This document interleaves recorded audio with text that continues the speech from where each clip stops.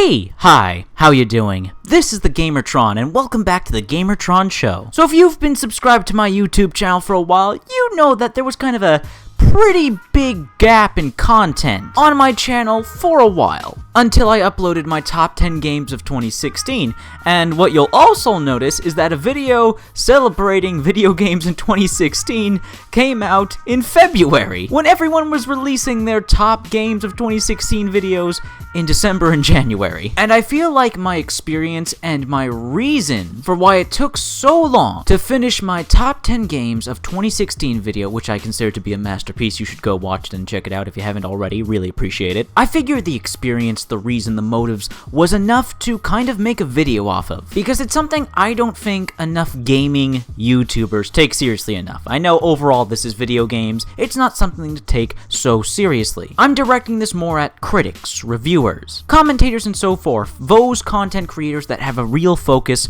on gaming. I feel like I'm one of the very few that takes a great interest and takes great pride and puts a great deal of importance on showing gameplay, on showing off and presenting gameplay for video games. Because in the end, gameplay first. Gameplay is always what is best at advertising, presenting the qualities of, and building a case for video games. I see time and time again with the biggest gaming YouTubers, the biggest individuals in game media, the biggest publications in game media. I see it time and time again of people just posting random, thrown together, half-assed, spur-of-the-moment gameplay. Now, everyone is free to do whatever they please with their content. But I, as someone who has a great passion and endless respect for the medium, for the art of gaming, I feel like I would be performing an injustice, an irresponsibility, if I didn't show you the best of what that game had to offer. And not just from the cutscenes or the cinematic linear directed set pieces, although it is important to show those off too, but mostly, what's most important to me, well done gameplay. Gameplay where you are doing your best to show off the game's best. It's why it took me so damn long, not just to make my top 10 games of 2016 video, but a great deal of my videos. Why it takes so damn long to make some of these videos, not just the script writing and the audio recording and the actual editing of things together, but just the gameplay recording. Because if I'm talking about a video game which I like, a video game which I recommend, or a video game with some merit and quality that other people may enjoy, I want to show the best of what that game has to offer. So even if I'm playing on the easiest difficulty, I want to challenge myself to do the best and pull off those moments you see in the gameplay trailers. You know, those epic cool moments that you say to yourself, oh man, that looks cool, I'm never going to be pulling that off in the game. I want to show off and prove to you that you can have those moments, because I have those moments and I want to share those moments. I can't help it. I know this is just a me thing, but whenever I see a YouTube video or a gaming video in general from a YouTuber or games media, a games journalist, or any sort of games publication showing off gameplay for a game, and it's just them running in place, not doing anything, not showing off the combat, not showing off any of the features, just them walking through the environment, and not even exploring the environment, not even showing off the scenery and the detail in the environment, just walking through the environment. Oh, such invigorating gameplay. That's going to make people want to buy the game. That's going to make people want to check the game out. That's going to give people an idea of the merits and qualities of that game. I don't want to do that. I never want to do that. So even though it takes more time and more effort, and I have to replay the same goddamn sections of a game over and over again, I will do that until I get something that I believe screams, this is the game. This is some of the best of what the game has to offer. Now, in any game, any and all games, you're going to have your screw-ups. You're going to have your buggy, glitchy moments. You're going to have those moments where you derp. And there's nothing wrong with that. And there's nothing wrong with making videos about that stuff.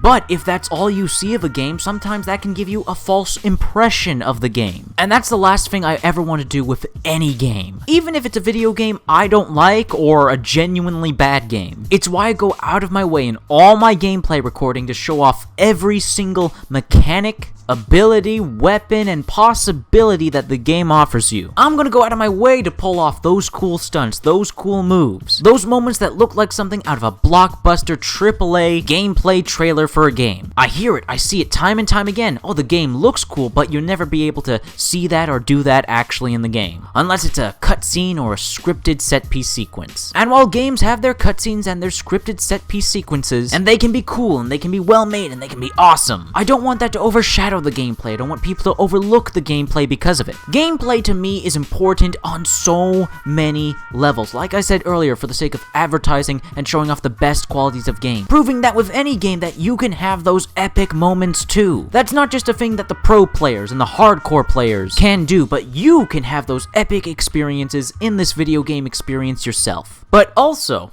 because, and this is probably way more important than everything else I've talked about in this video so far, specifically concerning YouTube and videos showing off gameplay for video games. Gameplay by itself is underestimated in its importance as an art form, as a unique artistic experience that no other medium, no other product, no other work of art can provide. Video game gameplay allows you to shape and move and produce your very own unique, one-of-a-kind, individual experience in a video game. You will never have your own unique, one-of-a-kind, individual experience with a movie or novel. You may have different feelings towards it. You may look at and think about the movie or the book differently than others, but with a video game, your experience with that game will be wholly your own, solely your own. Where you move, where you stand still, what buttons you press, how you engage in combat, whether you win or lose, whether you mix up all the gameplay mechanics, or you spam the same one over and over again.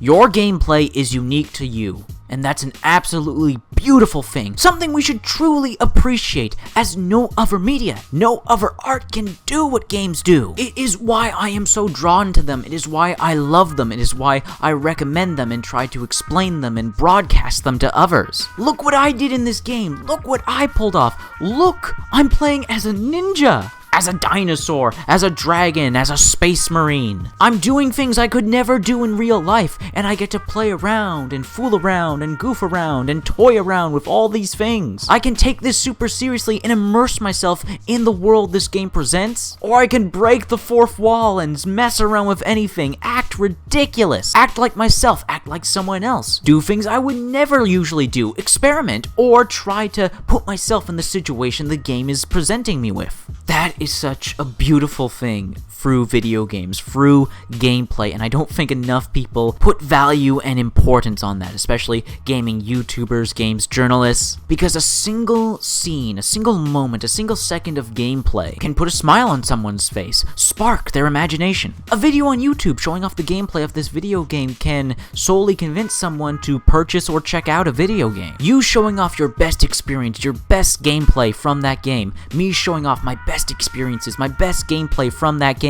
could entice someone to have fun, to enjoy themselves, and experience a whole new gaming experience. Now, maybe I am being over dramatic. Maybe I am putting too much value, too much importance on gameplay. But again, this is all my perspective, and keep in mind I'm a video game fanatic. I adore video games, so of course I'm going to adore gameplay. And I can't help but want to endorse and put into the best light the things I love, the people I love. If I love something, I want to share that love. I want to show that love. I want to put effort into representing that love. And that was the wild ramblings of a crazy Canadian gamer who says underestimating the importance of gameplay in video games is doing them a disservice. I'm mad, I know. But I hope you got some enjoyment. I hope this video sparks a discussion or reignites your passion for gaming. Either way, I hope you enjoyed and took something from the video in some way. If you did, hitting the like button surely helps. Hitting the like button helps you, helps me, helps everybody involved in the video. If you hit the like button, please leave a comment. What are your thoughts, feelings, and opinions on this video? Let me know your thoughts, feelings, and opinions in the comment section down below.